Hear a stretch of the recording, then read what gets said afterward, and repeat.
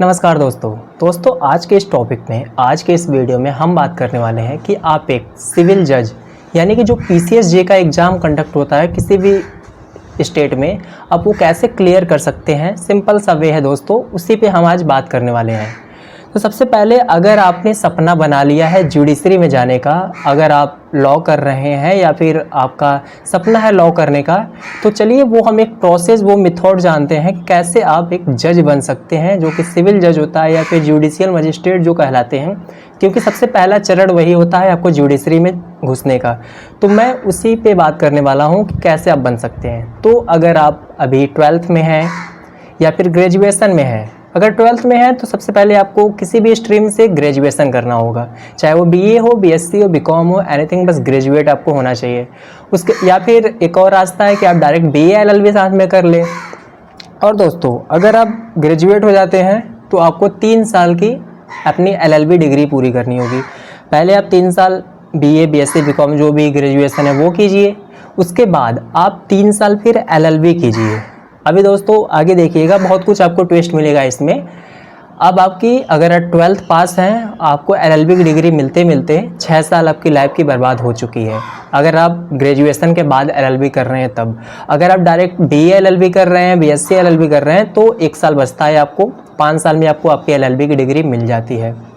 अभी रिसेंट के जजमेंट आप देख रहे होंगे, जैसे कि एमपी हाई कोर्ट तथा केरला में भी शायद नियम आ चुका है कि इसमें या तो आप एलएलबी तो किए, अब एलएलबी में या तो आप 70% मार्क लाइए या फिर एलएलबी करने के 3 साल बाद तक आप प्रैक्टिस कीजिए, उसके बाद एग्ज़ाम आप दे सकते हैं। अभी तो 2 ही स्टेट में नियम है, आने वाले समय में देखिएगा, क्योंकि सुप्रीम कोर्ट का भी डिसीजन आ गया है, तो आने वाले समय में मुझे तो लगता है कि सारे स्टेट यही फॉलो करेंगे। तो या तो आप ऐसे कोई प्राइवेट यूनिवर्सिटी से लॉ कर लीजिए जहाँ पे अच्छे मार्किंग मिलती हो, या फिर अगर आपका सपना है दिल्ली यूनिवर्सिटी, बीएचयू या फिर अदर जो बिग यूनिवर्सिटीज़ हैं वहाँ से करने का तो मत ही कीजिएगा, क्योंकि वहाँ पे 70% मार्क बहुत लेस चांसेस है कि आपको मिले। वहाँ का हाईएस्ट स्कोर कभी कभी 65% जाता है। लखनऊ यूनिवर्सिटी तो ठीक है 70-75 तक दे देती है, लेकिन अगर आप दिल्ली यूनिवर्सिटी बीएचयू में जा रहे हैं तो मत जाइएगा, क्योंकि अगर आपको जज बनना है तो मत जाइएगा, क्योंकि आपका फिर 3 साल वेस्ट होने वाला है। 70% तो मार्किंग आएगी नहीं, हम चाहे जितना पढ़ लें वो मार्क देंगे नहीं। तो 12th के बाद आपका 9 साल बर्बाद जाएगा, 3 साल ग्रेजुएशन, 3 साल एलएलबी, 3 साल प्रैक्टिस, उसके बाद आप फॉर्म भरने के लिए एलिजिबल होंगे। अभी तो एग्ज़ाम बाकी है, प्री मेंस इंटरव्यू, अभी हम उस पर आएंगे, वो सब तो छोड़ ही दीजिए।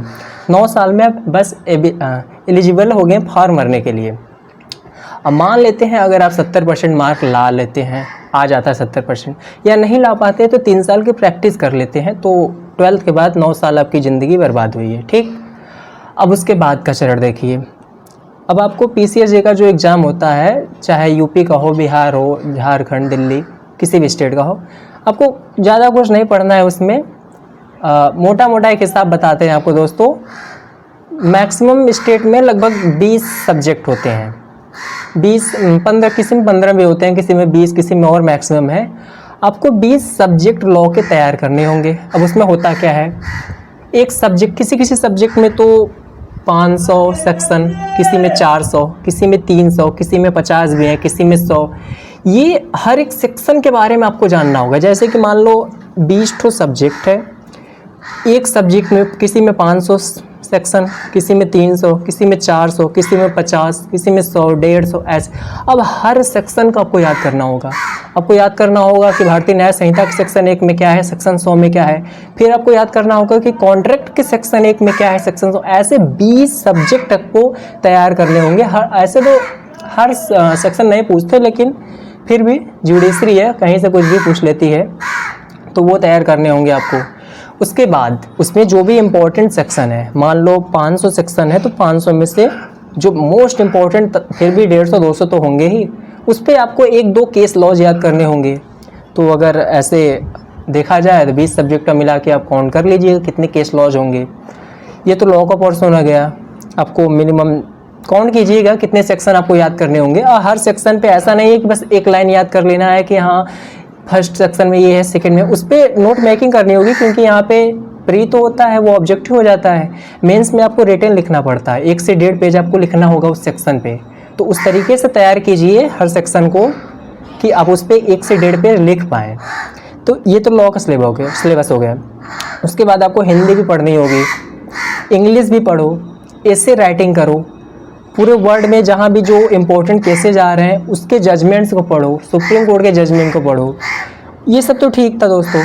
अब बाकी आप जीके जीएस भी पढ़ो, जीके जीएस, हिंदी, इंग्लिश, फिर ऐसे राइटिंग, लॉ का पोर्शन, ये सब कुछ पढ़ा, प्री निकाला आपने। किसी किसी स्टेट में 1 पेपर होते हैं प्री में, किसी में 2 में होते हैं। उसके बाद मेंस का आंसर राइटिंग कीजिए, 4 पेपर मेंस का होता है। ये सब तो ठीक है, आप इतना कर लिए। उसके बाद आता है इंटरव्यू। इंटरव्यू में अगर आप अच्छा कर लेते हैं, अगर आप पढ़ने में बहुत ठीक है, आपके बोलने का ढंग नहीं है, आपका पर्सनालिटी इम्प्रूव नहीं है, तो फिर आप इंटरव्यू क्लियर नहीं कर पाएंगे। फिर से आप पीछे आइए, फिर से प्री पे लटक जाइए। अगर इंटरव्यू क्लियर कर लेते हैं तो ठीक है, बन जाते हैं जज। जितना भी टाइम आपको लगेगा, 10 साल 15 साल इंटर के बाद। तो ये एक प्रोसेस था जज बनने का। पहले आप ग्रेजुएट होइए, 3 साल अपनी LLB डिग्री कंप्लीट कीजिए। अगर आप अपने LLB में 70% मार्क ला पाते हैं तो ठीक, नहीं ला पाते हैं तो 3 साल का प्रैक्टिस कीजिए। उसके बाद मैंने जितने बताएं कि मिनिमम या मैक्सिमम जो भी ले सकते हैं, क्योंकि अदर स्टेट का अदर क्राइटेरिया है। मान लो 20 सब्जेक्ट हैं, एक सब्जेक्ट में 500 सेक्शन, दूसरे में 400, तीसरे में 300, सारे को याद कीजिए। 500 उधर याद कीजिए, 300, 200 काउंट कर लीजिए कितना होगा। मैं नहीं कह रहा हूँ कि हर सेक्शन को रटना है, लेकिन फिर भी मैक्सिमम सेक्शन आपको याद करने होंगे उसमें। उसके बाद हर सेक्शन पे केस लॉ याद कीजिए। बस इतना कर लेते हैं, बन जाते हैं जज। वो भी आप सिविल जज बनते हैं या फिर जुडिशियल मजिस्ट्रेट, जो भी आपको पोस्ट मिलेंगी वो बनते हैं।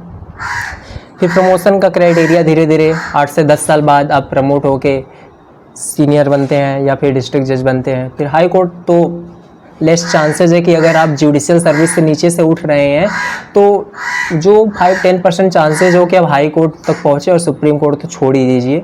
सुप्रीम कोर्ट का कभी सोचिएगा मत कि हम सुप्रीम कोर्ट तक पहुँच पाएंगे। तो ये एक छोटा सा इंट्रोडक्शन था कि आप जज कैसे बन सकते हैं। उम्मीद है आप इसे पॉजिटिव वे में लेंगे। इतना सब जानने के बाद भी अगर आप नेगेटिव नहीं होते हैं कि ऐसे तो हमारी लाइफ बीत जाएगी जज बनते हुए, अगर आप फिर भी कंटिन्यू करते हैं इसे, तो पक्का आप जज ज़रूर बन जाएंगे। धन्यवाद दोस्तों, उम्मीद है आपको ये वीडियो पसंद आई होगी। अगर आपको मेरे किसी भी पॉइंट पे कोई दिक्कत हुई होगी तो नीचे कमेंट करके ज़रूर बताइएगा। धन्यवाद।